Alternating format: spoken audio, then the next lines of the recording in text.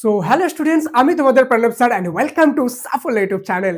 Students, তোমরা যারা যারা ক্লাস 11 এর ফার্স্ট সেমিস্টারে পড়ছো, তোমরা খুব ভালোভাবেই জেনে গেছো যে তোমাদের কিন্তু ফার্স্ট সেমিস্টারের ফাইনাল এক্সাম হতে চলেছে আর 2 থেকে আড়াই মাস পরে, অর্থাৎ সেপ্টেম্বরে। এবং তোমরা যারা যারা চাও যে তোমরা খুব ভালো একটা মার্কস স্কোর করবে তোমাদের ফাইনাল এক্সামের ফার্স্ট সেমিস্টারে তোমাদের বাংলাতে, তাদের জন্য আজকে আমি বাংলার 50টি মোস্ট ইম্পর্টেন্ট প্রশ্ন নিয়ে এসেছি, যেগুলো বাছাই করা সেরা প্রশ্ন তোমাদের বাংলা থেকে।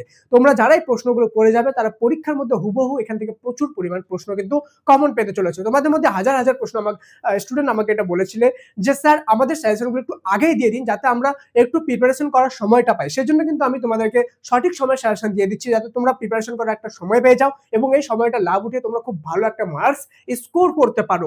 সেজন্য একটা কথা আমি তোমাদেরকে বলে রাখি, আমি যে 50টা প্রশ্ন দেবো সেটা তো দিবই, তার সাথে সাথে মাঝে মাঝে আমি কিন্তু ইম্পর্টেন্ট যেগুলো সুপার ইম্পর্টেন্ট সেগুলোকে 3 স্টার করে দিব। সেই প্রশ্নগুলো তোমাদের জন্য আরো বেশি ইম্পর্টেন্ট হবে, তাই কেউ যদি স্কিপ করে আগে চলে যাও তাহলে এই জিনিসটা কিন্তু তোমরা মিস করে যাবে। ঠিক আছে, তো চলো বেশি দেরি না করে আজকের এই মোস্ট ইম্পর্টেন্ট ভিডিওটি শুরু করা যাক। Let's start.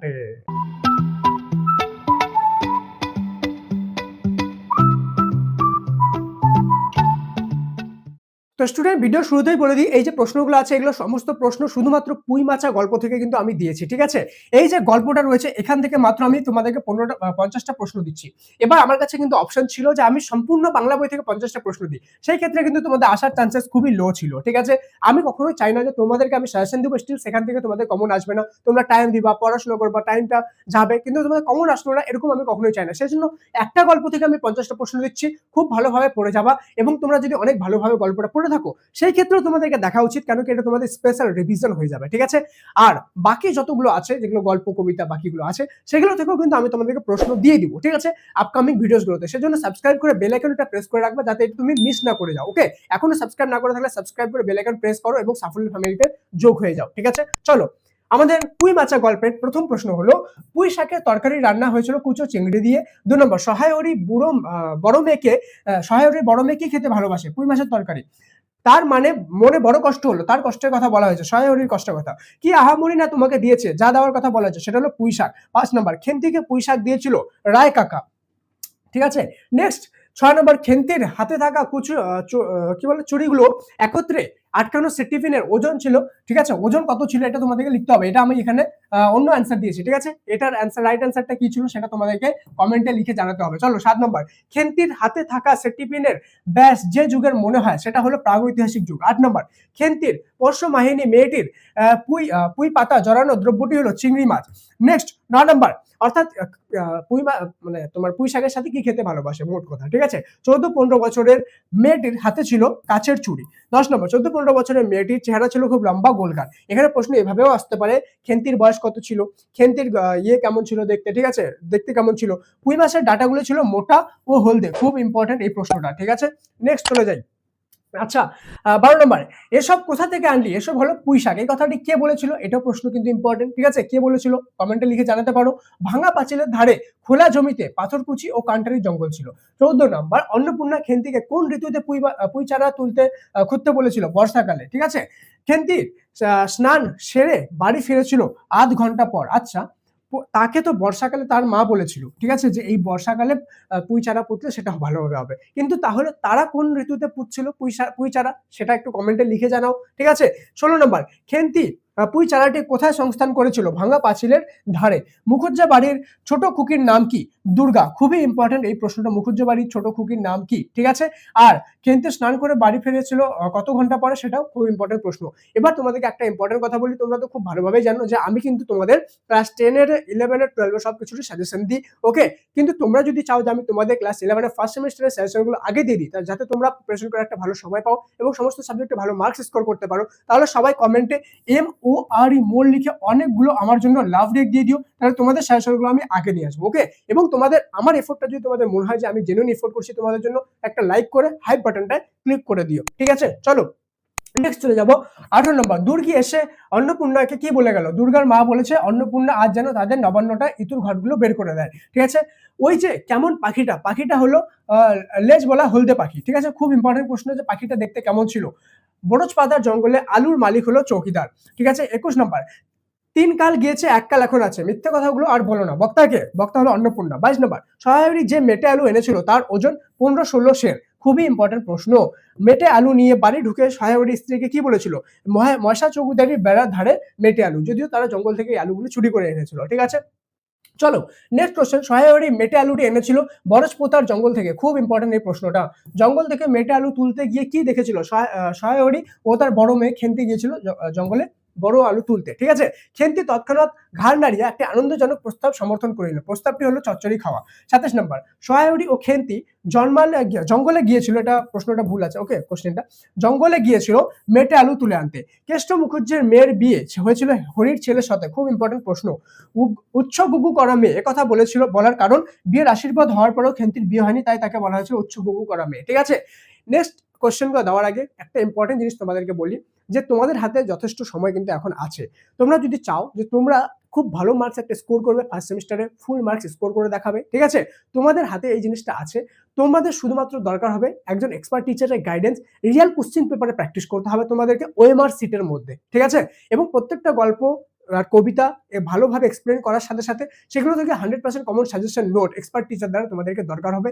এই কয়েকটা জিনিস তোমরা যদি পেয়ে যাও, তোমাদেরকে ফুল মার্কস আনা থেকে কেউ আটকাতে পারবে না। আর সেই জন্যই কিন্তু তোমরা জয়েন করতে পারো সাফল্যের অনলাইন ক্লাসে, যেখানে এখন একটা সুপার ডুপার অফার চলছে। তোমরা যদি জয়েন করো, এই অফারটার লাভ তোমরা উঠাতে পারো। যেটা ক্লাসের প্রাইস 499, তোমরা সেটা মাত্র 249 না, এর থেকেও আরো কমে মাত্র 229 তোমরা জয়েন করতে পারো। মানে মাত্র 229 টাকা দিয়ে সম্পূর্ণ সেমিস্টারের এক্সেস পেয়ে যাবে, এক্সপার্ট টিচারের note, live classes, guidance, animated classes, smart note, এবং সবচেয়ে মোস্ট ইম্পর্টেন্ট, এখন নেক্সট উইক থেকে কিন্তু তোমাদের চালু হতে চলেছে রিয়েল কোশ্চেন পেপার প্র্যাকটিস। অর্থাৎ তোমাদেরকে রিয়েল কোশ্চেন পেপারের মধ্যে যেমন তোমাদের রিয়েল কোশ্চেন হবে এক্সামে, সেরকম কোশ্চেন পেপারে প্র্যাকটিস করানো হবে ওএমআর সিটের মধ্যে, যাতে পরীক্ষায় গেলে কোনো প্রবলেম না হয়, এবং যত ইম্পর্টেন্ট কোশ্চেন আছে সেগুলো এতবার প্র্যাকটিস করানো হবে যাতে সেগুলো তোমাদের মাথায় একদম বসে যায়। এখন জয়েন করার সঠিক সুযোগ এবং সবচেয়ে সঠিক সময়, তোমরা জয়েন করে নাও 229। এটা কিন্তু আনলিমিটেড টাইমের জন্য অফারটা না, মাত্র 2 দিন, আজকে এবং কালকে তোমরা এটা পাবে। লিঙ্ক পিন কমেন্ট ডেসক্রিপশনে দিলাম, হাউ টু জয়েন বলে আছে, সেই লিঙ্কে ক্লিক করে জয়েন হয়ে যাও। অলরেডি হাজার হাজার স্টুডেন্ট এটা জয়েন হয়ে এটা লাভ উঠাচ্ছে। মনে রাখবা, সাফল্য হলো ওয়েস্ট বেঙ্গলের নাম্বার 1 এডুকেশনাল প্ল্যাটফর্ম, যারা শুধুমাত্র ডেডিকেটেড ভাবে তোমাদের আর্টস স্টুডেন্টদের জন্য কিন্তু অনলাইন ক্লাস করে। সেজন্য কেউ যদি জয়েন না হয়ে থাকো, অবশ্যই এটা লাভ উঠাও। চলো আমরা ভিডিওটা এখন কন্টিনিউ করি। ঠিক আছে, 30 নম্বর, পাটিসাপটা তৈরির জন্য ক্ষীর তৈরি হয়েছিল, জাস্ট 1 মিনিট, তৈরি হয়েছিল রাঙা দিদি। ঠিক আছে, কালী মায়ের চণ্ডী মণ্ডপে হরির শহরে ডাক পড়েছিল বিকালে। পুটি ও রাই খিড়কির দোর খুলতে ঘনকোপের মধ্যে লুকালো একটি শিয়াল। 33 নম্বর, প্রথমে পিঠে কোন দেব দেবীকে দিতে হয়? খাড়া ষষ্ঠী দেবীকে দিতে হয়। খুবই ইম্পর্টেন্ট এই প্রশ্নটা। ঠিক আছে, নেক্সট 34 নম্বর, খাড়া যন্ত্রীকে প্রথম পিঠে দিয়ে আসার সময়, এখানে স্পেলিং মিস্টেক আছে। ঠিক আছে, আসার সময় অন্নপূর্ণা পুটিকে সঙ্গে নিয়ে যেতে বলেছিল, কাকে? রাধিকে নিয়ে যেতে বলেছিল। তেল পুরা লতার ফুলের রং সাদা। খুব ইম্পর্টেন্ট প্রশ্ন ছিল এই যে আগেরটা 34 নম্বরটা। ঠিক আছে, কাকে নিয়ে যেতে বলেছিল? রাধিকে। নেক্সট চলে যাবো 36 নম্বর, অধিক মিষ্টি কে খেতে চায় না? মেজো মেয়ে। খেন্তি পিঠে খেয়েছিল 18-19টি। পৌষ সংক্রান্তির সন্ধ্যা অন্নপূর্ণা 3 মেয়েকে যা খেতে দিল ময়দার গোলা মাখা। 39 নম্বর, পৌষ সংক্রান্তির সন্ধ্যায় খেন্তির কাজ ছিল নারকেল কোড়া। খুবই ইম্পর্টেন্ট প্রশ্ন। খেন্তি রোগ হয়েছিল কোন? বসন্ত রোগ হয়েছিল।